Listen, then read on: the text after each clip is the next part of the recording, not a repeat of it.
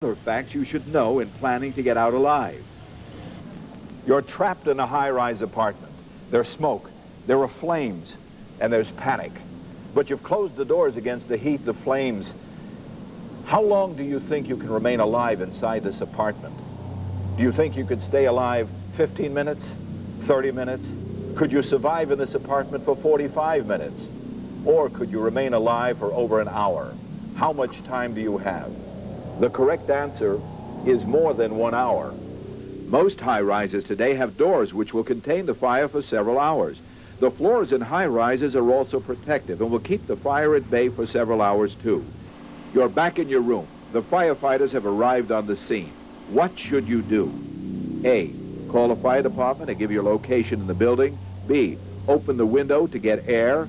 C, hang a signal out the window to give your location. Or D, place wet towels around doors to keep out the smoke. The correct answer is all of the above. According to fire experts, you should open your windows top and bottom to ventilate your room. Stay at the window. Keep your head at the bottom for the fresh air intake. And if firemen are busy elsewhere in the building, don't panic. They'll only come for you if there's danger, and you may end up sitting the whole thing out quietly in your room. The questions you just answered underscore the points that a fire is black, it is not light, you won't be able to see. That smoke and gas will kill you and not flames. That the heat is so intense it alone can kill you. And that you have no time in a fire, you must get out. Now let's apply that knowledge in planning to get out alive. First, how you cope with the darkness. This is your bedroom. You've lived in it for years and you know it intimately. Yet when a fire breaks out, in minutes, it will turn into this. You're sound asleep in your bed, so you won't know this is happening. There's a fire in a room down the hall. The smoke is coming into your bedroom, filling every nook and cranny. It's blinding, choking smoke. It's slowly lowering to the bed. You won't smell the smoke because in your sleep, you can't smell smoke. Suddenly, you're awake. You've heard screams, fire sirens. You spring out of bed. But where's the door, the window, the closet, the lamp? This is what a fire is like. You will find yourself in total blackness. Fire is black. It is not light. You can't see. You must get down on the floor. If you do get down on the floor, you'll suddenly discover there's more light. There's more air. The choking smoke is above you. At this point, you must remember 3 very important things. 1, you get more latitude to move. The choking smoke and the hot air is above you. Here, too, use a flashlight. Have one next to your bedside for this sort of an emergency. It will help you find your way out. And third, you must have an escape plan. Know which way to move in the case of fire. At this level, I can get out. I know what my escape plan is. I've rehearsed it. I'm heading toward the exit. The door lies in this direction. If you know what to expect, you can get out alive. Know what to expect.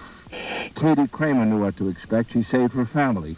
I was sound asleep in my bed, and suddenly I felt something hot on my feet, and I looked, and my bed was catching on fire. It was black, totally black, and you couldn't see a thing in the room. I crawled over here and out the hall and got my mother and sister and father.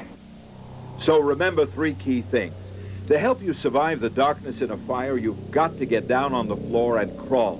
A small flashlight may help in the dark, and you've got to have an escape plan. Rehearse it, because you probably won't be able to see. And now, how to cope with the smoke and gas in a deadly fire. You're in your bed and you're sound asleep. A fire breaks out in the early morning hours. The smoke fills your room, covers your bed, and the frightening thing is you won't smell the smoke. Most victims of fires are found dead with a thin layer of soot across their faces, because no matter how acrid and bitter the smoke, you won't smell it. The carbon monoxide will put you into a deeper and deeper sleep. It acts as an anesthetic, and the only defense you have against this smoke is a smoke detector. Where you place your smoke detectors and how many you have can spell the difference between getting out alive or death. Now watch what happens in this home, specially designed by the Nassau County Fire Service Academy. The smoke begins pouring out into the first floor hallway. The alarm in the hall goes off after a minute and a half, but not before the hallway is already beginning to fill with smoke.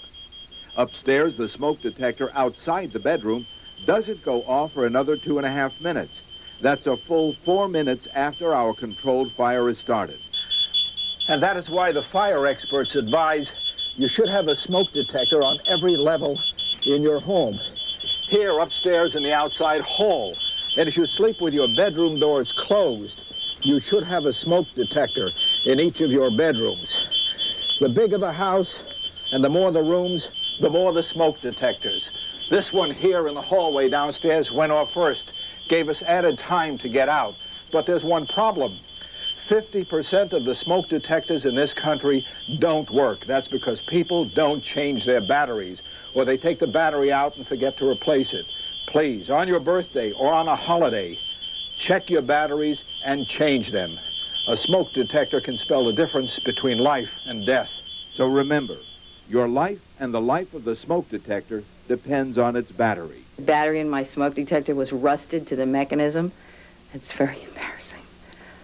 You know, and I feel terrible. I never considered it. I never thought that this would ever happen to us. There's really no excuse for not checking the life of your battery in your smoke detector. There's even a new smoke detector, which you can test with a flashlight that will immediately tell you if the battery is still working. To survive the deadly smoke and gases in a fire, you must have a smoke detector. The more the better, at least one on every level of your home. And you've got to check and change your batteries regularly, or all the smoke detectors in the world won't afford you any protection. When it comes to dealing with deadly heat, you can take a lesson from firefighters. They live with it at each fire.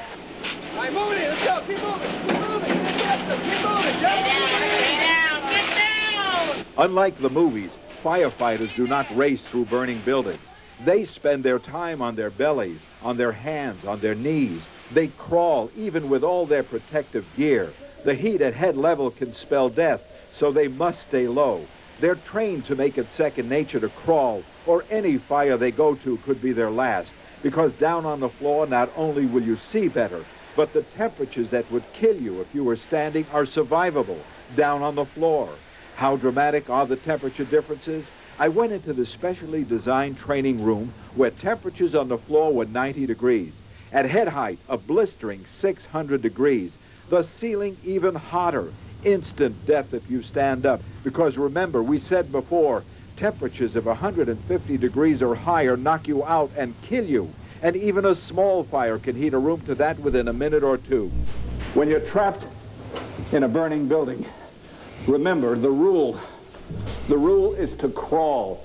Don't stand up. The heat overhead is several hundred degrees. It will kill you. It's not the fact that you can't see. And should you stand up, the smoke will knock you unconscious almost within seconds.